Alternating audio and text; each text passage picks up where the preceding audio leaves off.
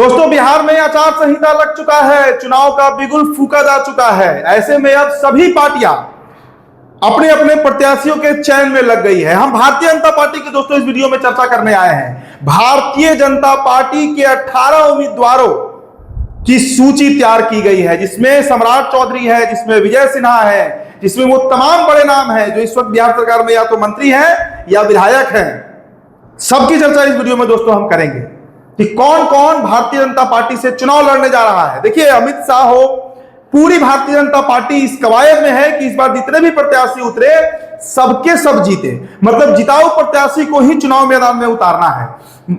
Message स्पष्ट है, संदेश साफ है कि इस बार बीजेपी सबसे बड़ी पार्टी बनकर उभरना चाहती है बिहार में। खबर तो यह भी चलती है कि भारतीय जनता पार्टी अपनी सरकार भी बनाना चाहती है, एक कवायद वो भी चल रही है। लेकिन उन सबके बीच जो पहली सूची हमारे हाथ में है, ये आपको हम बताएंगे, वो तमाम नाम, वो लिस्ट जिसमें सम्राट चौधरी कहां से चुनाव लड़ेंगे, मंगल पांडे कहां से लड़ेंगे, किसका टिकट काटा गया, सभी की चर्चा करेंगे। अब सम्राट चौधरी की जब हम दोस्तों चर्चा कर ही रहे हैं तो सबसे पहले सम्राट चौधरी ही जान लीजिए। सम्राट चौधरी दोस्तों पटना साहिब, नंदकिशोर यादव की सीट पटना साहिब से सम्राट चौधरी चुनावी मैदान में उतरने जा रहे हैं। मतलब बिहार के deputy CM Samrat Choudhary is going to contest from Patna Sahib Vidhan Sabha seat. बड़ी खबर है, बड़ी खबर है, क्योंकि बिहार के डिप्टी सीएम है, इस वक्त बड़े विवाद में घिरे हुए हैं। और अगर पटना साहिब लड़ते हैं और जीतते हैं, क्योंकि पटना साहिब नंदकिशोर यादव वहां निर्विवाद रूप से करीब लंबे समय से 2 दशक से वहां पर विधायक है। बीजेपी का एक तरीके से माने तो रिजर्व सीट माना जाता है, सेफ सीट माना जाता है। और एक तरफ जो विवाद है सम्राट चौधरी का, वो तो है ही। तो इन सब के बीच जनता किसका साथ देगी। अगला नाम दोस्तों मंगल पांडे का है। देखिए, 2 सीटों को लेकर चर्चा है मंगल पांडे के नाम के साथ। 2 सीट, एक तो पटना का कुम्हरार विधानसभा सीट, जहां से बीजेपी के ही विधायक हैं अरुण कुमार सिन्हा, 3 जन से विधायक हैं, उनका टिकट कट रहा है और वहां से मंगल पांडे जो है वो चुनाव लड़ने जा रहे हैं। दूसरा जो सीट है उनका गृह क्षेत्र सिवान विधानसभा, या तो कुम्हरार से या फिर सिवान से, दोनों में से कोई एक ऐसा सीट होगा जहां से मंगल पांडे जो है वो चुनाव लड़ेंगे।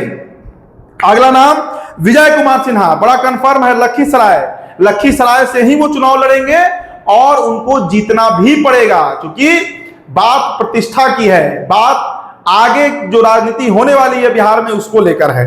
अगला नाम दोस्तों संजय सारंगी का है। संजय सारंगी जो है वो दरभंगा से चुनाव लड़ेंगे। नीतीश मिश्रा, देखिए ये सब मंत्री हैं बिहार सरकार के। नीतीश मिश्रा झंझारपुर से, जहां से वो लड़ते रहते हैं, चुनाव आए हैं, चुनाव लड़ते हुए झंझारपुर विधानसभा सीट से नीतीश मिश्रा की भी चर्चा हो रही है। छातापुर से नीरज सिंह बबलू, मैंने क्या कहा कि बड़े बड़े लीडर्स बीजेपी के जो मंत्री कोटा से आते हैं, मंत्री है बिहार सरकार में, छातापुर से नीरज सिंह बबलू चुनाव लड़ने जा रहे हैं। 2025 का बिहार विधानसभा रामनगर भागीरथी देवी का सीट टिकट कट रहा है, कल हमने आपको बताया था। वहां से जनक राम जो है वो चुनाव लड़ने जा रहे हैं। जो खबर है जनक राम वहां से चुनाव लड़ सकते हैं। इसके अलावा बांकीपुर से नितिन नवीन मिनिस्टर है बिहार गवर्नमेंट में, और बांकीपुर से वो 3-4 बार से जीत रहे हैं लगातार। पिछले 15-20 सालों से लगातार नितिन नवीन ही विधायक है, पूर्व में उनके पिता विधायक रहे थे। तो बांकीपुर से नितिन नवीन चुनाव लड़ रहे हैं। संजीव चौरसिया दीघा से चुनाव लड़ रहे हैं। देखिए, दीघा विधानसभा में चर्चा थी कि जेडीयू को सीट जाएगी, लेकिन ऐसा कुछ नहीं हुआ। भारतीय जनता पार्टी के पास ही वो सीट रहेगी और वहां से संजीव चौरसिया जो मौजूदा विधायक है वही चुनाव लड़ेंगे। इसके अलावा कहलगांव से कल हमने बताया था कि पवन यादव का टिकट कट रहा है, लेकिन अब जो सूचना है, अब जो खबर आ रही है, कहलगांव से भागलपुर का सीट है, पवन यादव ही जो वहां के सिटिंग एमएलए है बीजेपी से, वही चुनाव लड़ेंगे। इसके अलावा बेगूसराय से कुंदन सिंह का नाम है। बेगूसराय के बाद बिस्फी से हरिभूषण ठाकुर बचौल जो सिटिंग एमएलए हैं, उनकी चर्चा है। नाम पर मुहर लगा है कि बिस्फी से लड़ेंगे तो बचौल जी ही लड़ेंगे, हरिभूषण ठाकुर बचौल। जमुई से बड़ा क्लियर मामला है, श्रेयसी सिंह ही चुनाव लड़ने जा रही हैं जमुई से। इसके अलावा दोस्तों बीरपुर से इंजीनियर सरेंद्र सागर जो है वो चुनाव लड़ेंगे। तरैया, देखिए तरैया को लेकर खबर थी कि वहां से कौन चुनाव लड़ेगा। जनक सिंह, थोड़ा एंटी इनकम्बेंसी है, लेकिन इसके बावजूद पार्टी उन पर भरोसा कर रही है और वो टिकट ले रहे हैं, चुनाव लड़ने जा रहे हैं। अगला नाम जान लीजिए आप, अगला नाम है मधुबन से राणा रणधीर सिंह।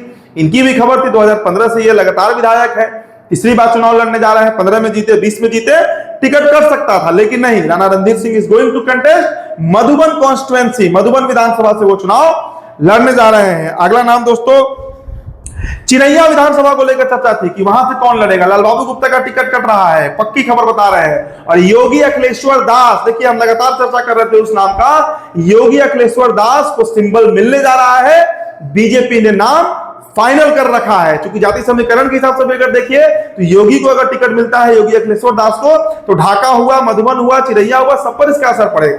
लालबाबू गुप्ता का स्वजातीय है, युवा है और योगी है, तो उनको टिकट मिलने जा रहा है। और अंतिम नाम दोस्तों, 18वां नाम, कृष्ण नंदन पासवान को मिलने जा रहा है टिकट हरसिद्धि से।